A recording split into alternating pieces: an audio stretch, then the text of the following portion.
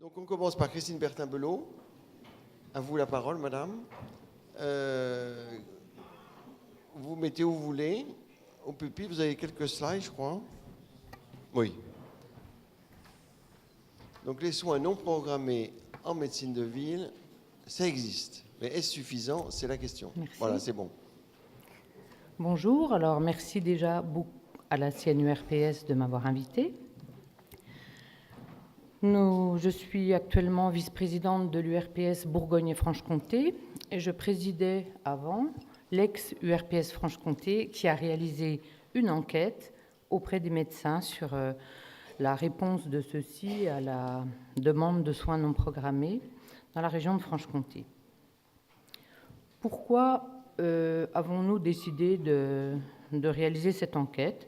Parce que face à au sentiment d'urgence ressenti par les patients et du consumérisme médical, sans doute aussi, l'urgence ressentie à tort ou à raison, on n'a pas cherché à savoir pourquoi, on avait envie d'apporter quelque chose, une réponse pertinente à ce problème de la prise en charge des soins non programmés. Et nous avons donc envoyé un questionnaire aux 1856 médecins franc-comtois en juin 2014, avec un taux de réponse de près de 20%. Un tiers des spécialistes et 2/3 des généralistes nous ont répondu. Le profil des répondeurs correspondait à la démographie régionale, c'est-à-dire en âge, en origine géographique, en secteur d'exercice. On avait mis la limite rural-urbain à 10 000 habitants, donc les communes de moins de 10 000, c'était la campagne, et au-delà de 10 000, c'était urbain. C'était à peu près équivalent entre urbain et campagne.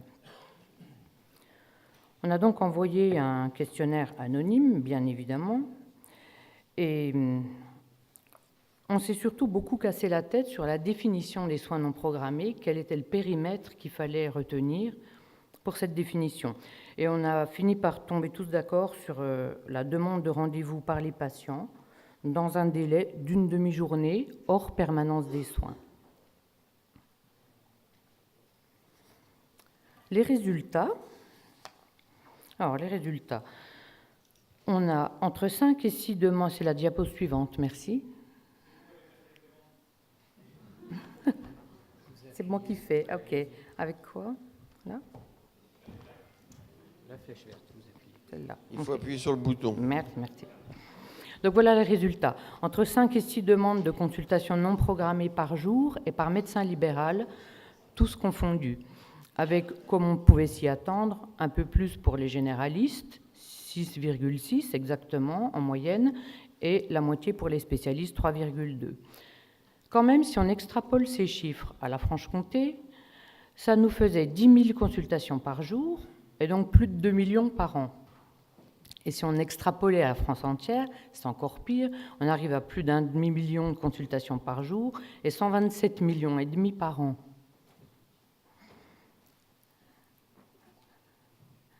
Les réponses des médecins, on a constaté 99% des généralistes et 90% des spécialistes acceptaient les consultations non programmées. 41% des médecins, même, ne refusent aucune demande de soins non programmés, et c'est surtout les spécialistes. On a seulement 1,75 patients en moyenne par médecin qui n'est pas reçu le jour même. Dans ce cas, il est conseillé au téléphone, ou il est renvoyé vers un confrère, ou il est reçu le lendemain, ou il est envoyé aux urgences si son cas le nécessite. Il y a toujours une réponse de la part des médecins. Ça, c'était pour les demandes de rendez-vous, mais il y a aussi les demandes de conseil au téléphone. En moyenne, chaque médecin répond à 4 demandes au téléphone tous les jours. Ça fait près de 7500 conseils par jour pour toute notre région. Notre ex-région, excusez-moi. La fusion est encore assez fraîche. 90% des médecins généralistes délivrent des conseils téléphoniques aux patients. Au total, ça nous fait une réponse régionale des médecins libéraux de 17 500 réponses par jour entre les consultations et les conseils au téléphone. On a demandé également aux médecins libéraux quelles étaient leurs organisations durant leurs absences, les absences pendant la journée et les absences dues à leur congé. Plus de 90% d'entre eux ont mis en place une réponse organisée, que ce soit pendant les heures ouvrables ou les congés. Il y en a 10% seulement qui déclarent mettre un répondeur informant de leur absence, mais sans consigne particulière et sans renvoi vers quelqu'un d'autre.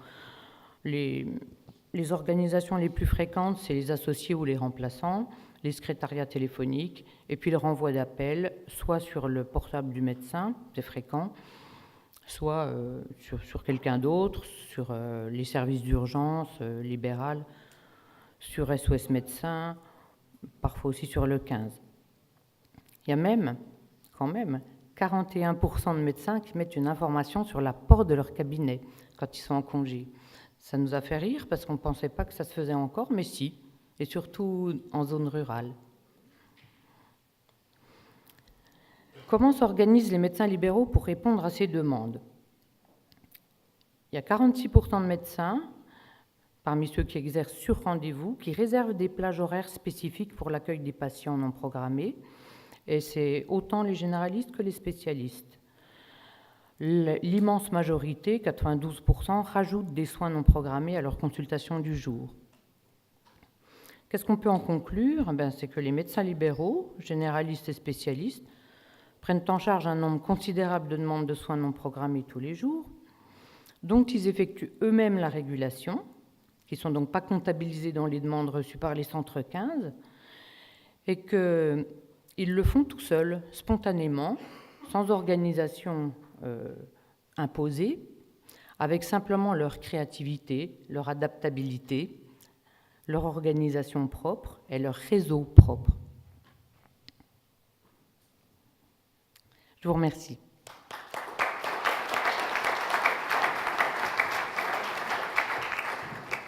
Est-ce que,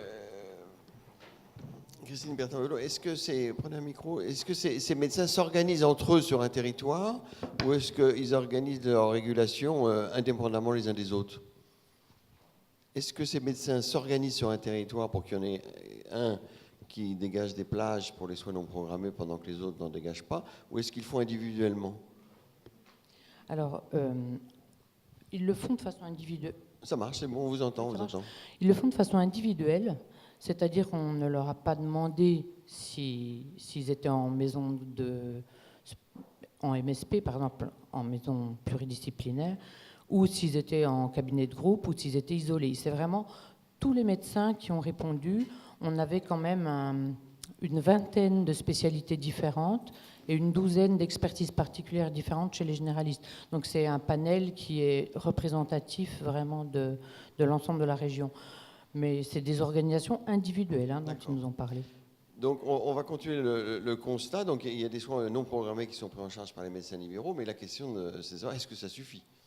Alors la question effectivement qu'on peut se poser, c'est est-ce qu'il y a vraiment un problème? Parce qu'on nous présente cet accès... C'est Philippe Juvin qui va nous Donc répondre. on arrête la table ronde, c'est ça? Cette réponse aux soins non programmés comme un problème, oui, peut-être y a-t-il un problème. En tout cas, la réponse des médecins libéraux, elle est celle-ci. Voilà, c'est-à-dire que s'il y a un problème, il n'est pas à ce niveau-là. Il faut aller le chercher ailleurs. Peut-être auprès des patients, tout simplement, qui sont mal informés, qui utilisent mal le système de soins. Qui appelle le 15. C'est très probable. Et puis peut-être également au niveau des services d'urgence.